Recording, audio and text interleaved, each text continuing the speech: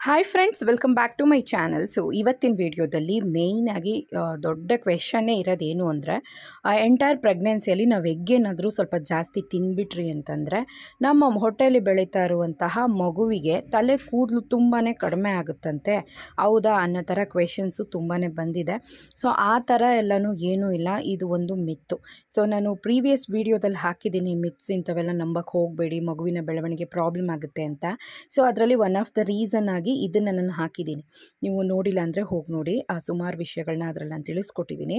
So ಮೊಟ್ಟೆ ಯಾವುದೇ ಕಾರಣಕ್ಕೂ ನಿಮ್ಮ ಹೊಟ್ಟೆಯಲ್ಲಿ ಬೆಳೀತಾ ಇರುವಂತಹ ಮಗುವಿನ ಕೂದಲಿನ ಮೇಲೆ ಪರಿಣಾಮ ಬೀರಲ್ಲ. ಇದು ನಾನು ಹಾಗೇ ನಂಬ್ಕೊಂಡಿದ್ದೆ, ಬಟ್ ಆ ಥರ ಎಲ್ಲ ಏನೂ ಇಲ್ಲ. ನೀವು ಇದನ್ನು ಅಂದರೆ ಮೊಟ್ಟೆಯನ್ನು ಡೈಲಿ ಎರಡೆರಡು ಮೊಟ್ಟೆಯನ್ನು ನೀವು ತಿಂತಾ ಬಂದ್ರಿ ಅಂತಂದರೆ ಖಂಡಿತವಾಗ್ಲೂ ನಿಮ್ಮ ಮಗುವಿನ ಬ್ರೈನ್ ಡೆವಲಪ್ಮೆಂಟ್ ತುಂಬ ಚೆನ್ನಾಗಿರುತ್ತೆ, ವೆಯ್ಟ್ ಗೇನ್ ಚೆನ್ನಾಗಾಗುತ್ತೆ. ಸೊ ಹೇರ್ ಬೆಳಿಬೇಕು ಅಂತಂದರೆ ವೈಟಮಿನ್ ಇ ರಿಚ್ ಆಗಿರುವಂತಹ ಫ್ರೂಟ್ಸನ್ನು ತೊಗೊಳ್ಳಿ. ಸೊ ಇದರಿಂದ ಮಗುವಿನ ಹೇರ್ ಬಂದು ಇಂಪ್ರೂವ್ ಆಗುತ್ತೆ. ಓಕೆನಾ?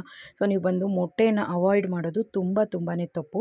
ಸೊ ಮೊಟ್ಟೆ ಫುಲ್ ನ್ಯೂಟ್ರಿಯೆಂಟ್ ಪ್ಯಾಕ್ ಆಗಿರುವಂಥ ಫುಡ್ ಅದು. ಸೊ ಅದನ್ನು ಯಾವುದೇ ಕಾರಣಕ್ಕೂ ನೀವು ಮಿಸ್ ಮಾಡೋಕ್ಕೆ ಹೋಗಬೇಡಿ.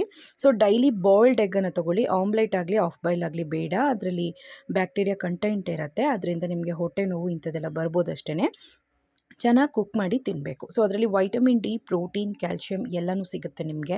ಸೊ ಮಗುವಿನ ಕೂದಲು ಬೆಳೆಯೋದಕ್ಕೆ ನೀವು ವೈಟಮಿನ್ ಇ ಇರುವಂತಹ ಫ್ರೂಟ್ಸನ್ನು ದಿನ ತಿಂದರೆ ಮಗುವಿನ ಕೂದಲು ಬಂದು ಯಥೇಚ್ಛವಾಗಿ ಚೆನ್ನಾಗಿ ಆರೋಗ್ಯವಾಗಿ ಬೆಳೆಯುತ್ತೆ. ಸೊ ಇದು ಒಂದು ಮಿತ್ತು, ಮಗುವಿಗೆ ಕೂದಲು ಬೆಳೆಯದೇ ಇರೋದಕ್ಕೆ ಕಾರಣ ಮೊಟ್ಟೆ ಅಂತ. ಸೊ ಅದನ್ನೆಲ್ಲ ನಂಬಕ್ಕೆ ಹೋಗಬೇಡಿ. ಧಾರಾಳವಾಗಿ ದಿವಸಕ್ಕೆ 2 ಥರ ತಗೊಳ್ಳಿ, ಜಾಸ್ತಿನೂ ಬೇಡ. ಓಕೆ ಫ್ರೆಂಡ್ಸ್, ಇವತ್ತಿನ ವಿಡಿಯೋ ಖಂಡಿತವಾಗ್ಲೂ ನಿಮಗೊಂದು ದೊಡ್ಡ ಡೌಟನ್ನು ಕ್ಲಾರಿಫೈ ಮಾಡಿದೆ ಅಂತ ಅಂದ್ಕೊಳ್ತೀನಿ. Take care. Bye-bye.